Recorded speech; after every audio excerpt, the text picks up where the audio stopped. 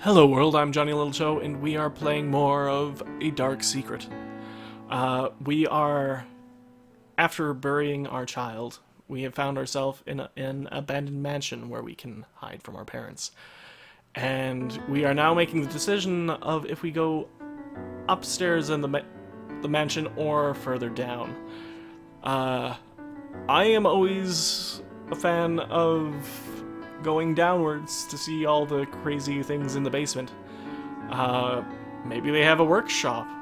Maybe they're building a giant robot down there that'll rise up and squash your parents and teachers, I guess. We're going down. This doesn't look like a basement. She turned to go downstairs. To her surprise, the first level she got down to was an open area, which uncovered the site of a small garden with a well, and made it possible for her to view the neighbor houses on one side without being seen herself. Interesting. The fence towards her place were... The fences around her place were crude, and in some places broken. The grass had been allowed to grow by itself for far too long, and the garden looked more like a small field in the wilderness. All windows of the neighbor houses appeared to be broken, just like the doors and many of the wooden planks that they had been built of. Altogether, the scenery was sad, and she had an easy time imagining the lives of the people who lived there, though she didn't expect any of them to be as miserable as her own.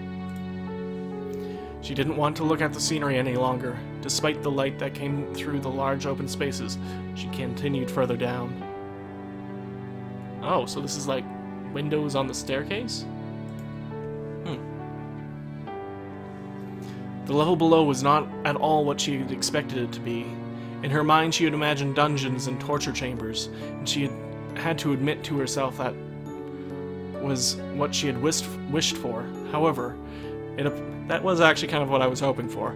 However, it appeared that the previous owners of the place had not aimed for the same things as she did now. What she found was not a dungeon or prison cells, but more tombs. Shattered pieces of bones and human skeletons covered the ground, frequently interrupted by stone crosses, gravestones, and rocks. The sight frightened her in a way, but at the same time she felt comfortable. Giant skeleton robot? Seeing so many dead people excited her. She thought about how they died and pictured the amount of pain that could be inflicted to humans before their death. The thought made her smile. She spent hours just standing in the entrance to so many people's tombs, picturing different death scenes. Music's got a bit of a beat to it now.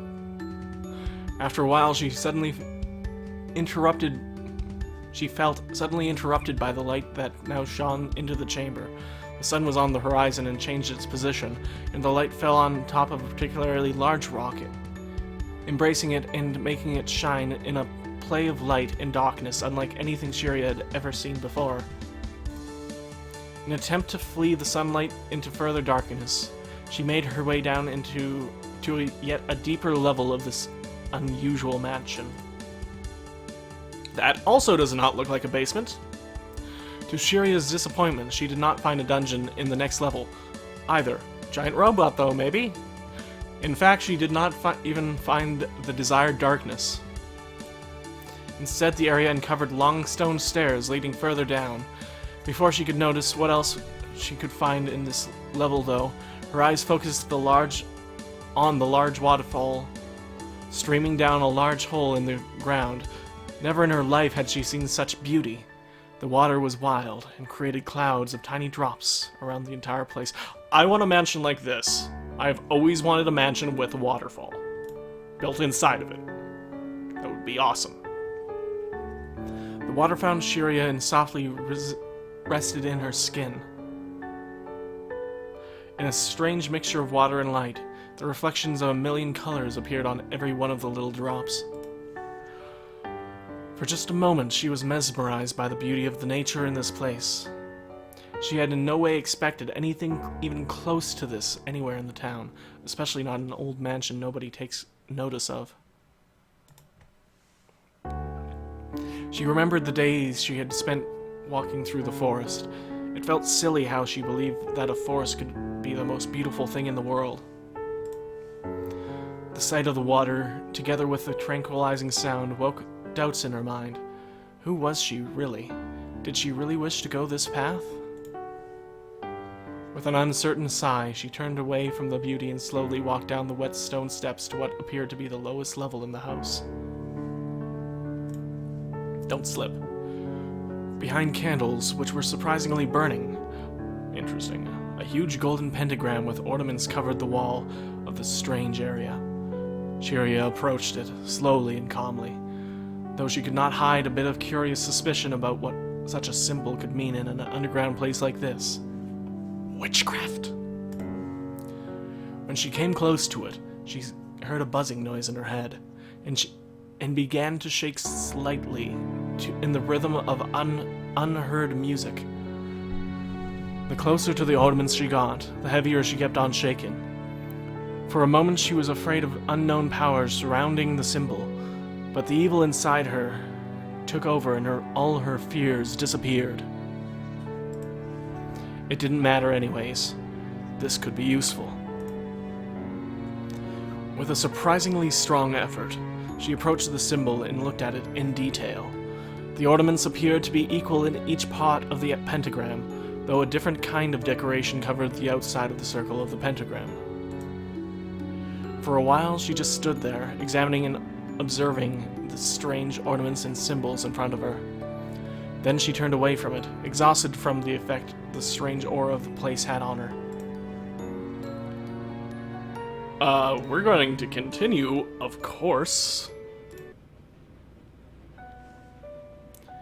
Days passed, during which Syria just kept on exploring the areas of the mansion she now lived in. She felt uncertain about what the place was and why she had found it. In a way, she doubted that she just randomly had the luck of finding an abandoned place with mysterious places like this. It felt like she was meant to have to find the mansion and live in it. Even though the thought of that was reassuring and helped her to keep sane enough to seriously think about her next actions and consider her plans before acting, she was not certain about what to do with the place she had found that night. The biggest riddle in her eyes was the place she had found at the very bottom of the mansion. There was absolutely no doubt that it was surrounded by a strange, magical power. Sadly, Syria didn't have a clue about what this power was and how to approach it. It took her a very long time until she allowed herself to climb down the stairs toward the mysterious place once more. When she arrived at the bottom, the aura of the place once again fascinated and scared her at the same time. It was an uneasy feeling, unequaled by anything she had experienced before. She forced herself closer to the symbols on the wall. This time she had to find out more about this place and its magic. It was impossible for her to leave again without knowing more about it. For a while she stood there, staring at the strange symbols on the wall. After a while, the feeling seemed to change, like the evil had crept into her mind and heart at her family's place when she saw her dead daughter in front of her. Something seemed to pierce its way into her body. At first, she felt it physically, like an eternal coldness. Something made its way through her fingers, up her arms, and into her throat. From there, it seemed to stream down her bones, her veins, into every inch of her body. She could not get used to the feeling, however, kept still. Maybe it would anger whatever entered her body if she tried to get away from it. She managed to stay calm. Taking deep breaths, she allowed the foreign power to spread to her very being, to enter her mind and her heart. It seemed angry, unsatisfied of the inconvenient interruption to its quiet rest. The more of Shyla it took, the more pain it inflicted on her. Shiria did not care. She did not mind. Pain had no more power over her. Calm as ever, she stood there without moving, without shaking, without even flinching at the cold feeling. After a while, Shiria could feel a change within the power. All of a sudden, she knew that the power was not a random power, unleashed by surprise or accident. Instead, she felt that it was a being on its own, foreign, unknown, and magical. She could feel it change its ways when it had found its way through her mind and heart, and knew about her past, insanity, and evil. It no longer saw her as an inconvenience. It saw her as an ally. In the same moment she realized it was opening up to her, the same way she had been forced to open up to it, she embraced it. Her sight changed. She did not see the way she did before. Through an aura of blurry redness, she made out a pedestal right in front of the pentagram. Something inside of her told her to approach it, and she did. The closer she got, the more detail she could see. On the pedestal was a book, a tattered, old, and thick book in leather wrapping. She moved behind the pedestal, looked down upon the revealed item. When she raised her hand in order to touch it, she found herself shaking in anxiety and excitement. Slowly but steadily, she dropped her hand on the ancient leather. In her mind, she sucked into the book. It was a single smooth move of her bending over and drowning in the magic of the area. Then, everything around her turned black as she fell back and passed out on the floor in front of the pedestal.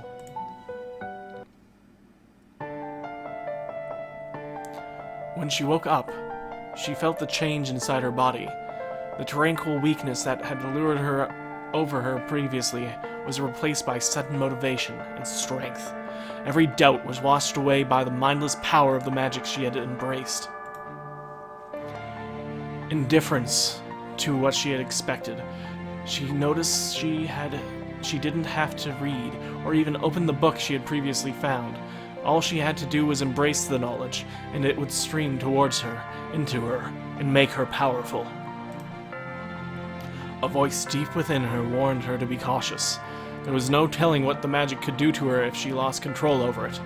The voice told her, and she listened to it, reminding herself of the important fact, each and every day. At first, she was a little uncertain about how to deal with the new powers. She just kept on exploring the mansion, even though she felt like she had already found every detail that there was to it. The power remained sealed inside of her, controlled, but existent. The first time she unleashed it was when she heard noises from upstairs and found children playing in her garden. No child should be allowed to play in that particular garden, and on her daughter's grave. They had no idea. They weren't worth the knowledge. She just wanted them to disappear. The magic inside of her rose, giving her a slight tickling in her fingertips, bending them slightly, forming a fist, and releasing the pressure again, appeared to only make it worse. She was angry, mad even. All she wanted was for them to disappear. She focused on them, closed both her hands to fists, and stared in their direction from one of the windows she had discovered in the first exploration. They did not seem to notice her. All they could feel was the wind, steadily becoming wilder, increasing its intensity and volume. The second thing they noticed were the deep red particles in the air, blowing towards them with the wind.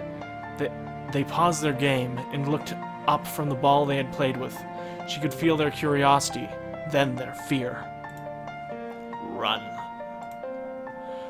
Shiria's voice was only a whisper in the loudness of the unbound air, yet she could feel their face expressions change when the wind carried the quiet sound to their ears. Even though it was not loud, it was full of intensity, hatred, and evil.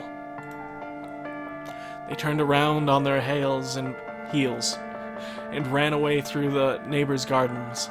Shiria unleashed the full power of her magic, not intentionally, but she could not control it. She began to laugh insanely, coughing a few times in between when she could not keep the air circulating correctly from her lungs. The wind increased the noise, made it resounding, roaring laughter.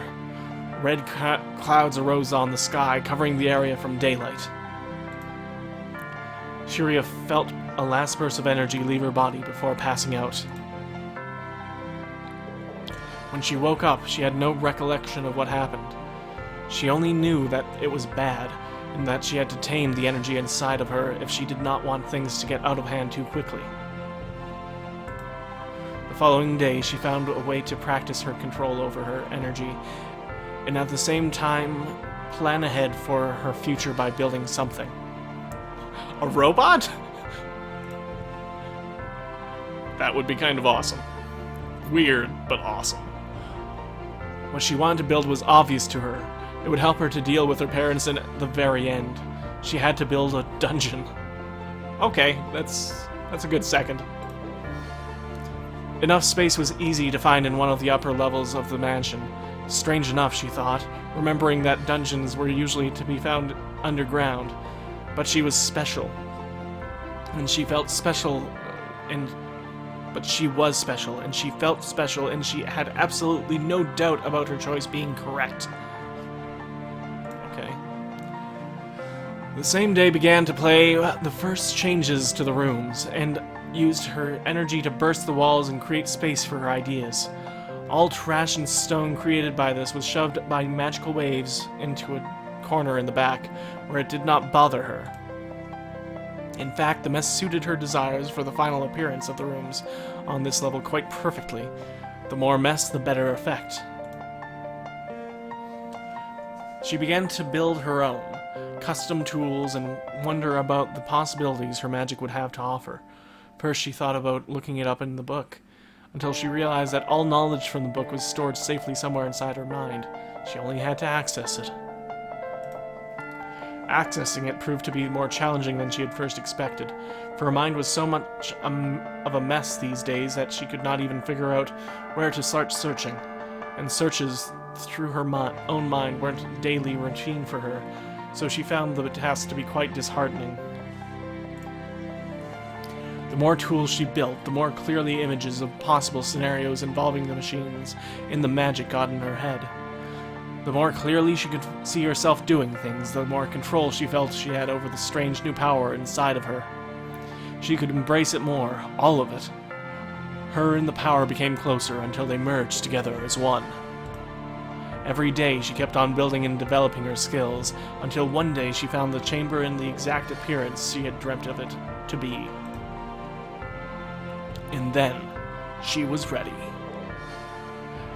And this is where we're going to cut the episode. I think the next will probably be the last. I'm guessing, probably. But until then, thank you for watching. I have been your host, Johnyliltoe. Any questions, queries, concerns, comments, put them down in the comments section below. Love hearing from you guys, and I will see you next time.